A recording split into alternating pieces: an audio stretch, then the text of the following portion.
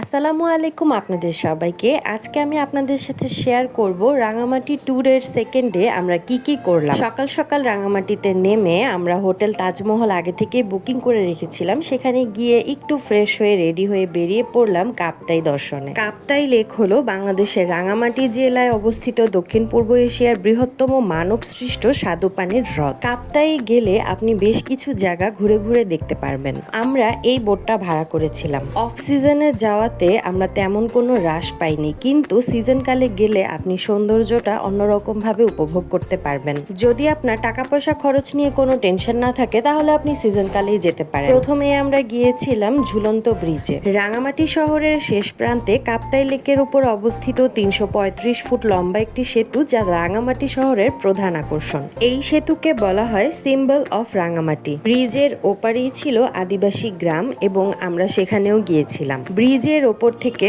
সম্পূর্ণ কাপ্তাই হ্রদ দেখতে অন্যরকম সুন্দর লাগে।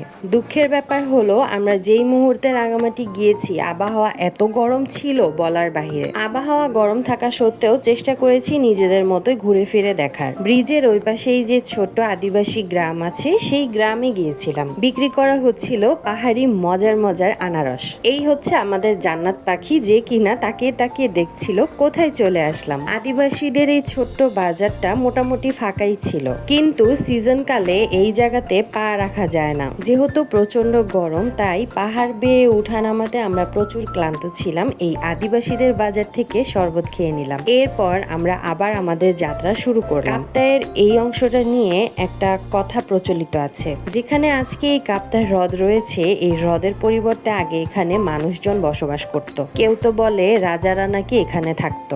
এই যে গাছের গুড়িগুলো দেখলেন, এগুলো নাকি সেই আমল থেকেই এভাবেই ভেসে আছে। এই হ্রদ পানিতে পরিপূর্ণ হলেও নাকি এই গাছের গুড়িগুলো সবসময় উজ্জ্বল হয়ে থাকে। তারা আজও আদিকালের রাজারা যে এখানে ছিল সেই পরিচয় বহন করে। আমার বোন তো এই কথা শুনে রীতিমতো ভয় পেয়ে গিয়েছে। যেহেতু আমি ইতিহাস ভালোবাসি ছোটবেলা থেকেই, তাই এই ব্যাপারটা আমার কাছে অনেক ইন্টারেস্টিং মনে হয়েছে। এরপর আমরা গিয়েছিলাম বৌদ্ধ মন্দিরের সাইডটা দেখতে। এখানেও কিন্তু বিশাল বড় আদিবাসী বাজার বা আদিবাসী গ্রাম বলতে পারেন রয়েছে, এবং তারা বিভিন্ন জিনিসপত্র দিয়ে তাদের এই বাজারটাকে সাজিয়েছে। কিন্তু সিজন না থাকাতে প্রত্যেকটা দোকানই এখন খালি। আমরা গিয়েছিলাম এপ্রিলের 28 তারিখে এবং তাদের সবচেয়ে বড় অনুষ্ঠান হয়েছিল বৈশাখীতে। বৈশাখীর সময়টাতে তারা 3 দিন ব্যাপী বিজুয়া উৎসব পালন করে, যার কারণে যত সেল বলেন বা যতই কেনাকাটা বলেন ওই সময়টাতেই হয়ে গিয়েছে।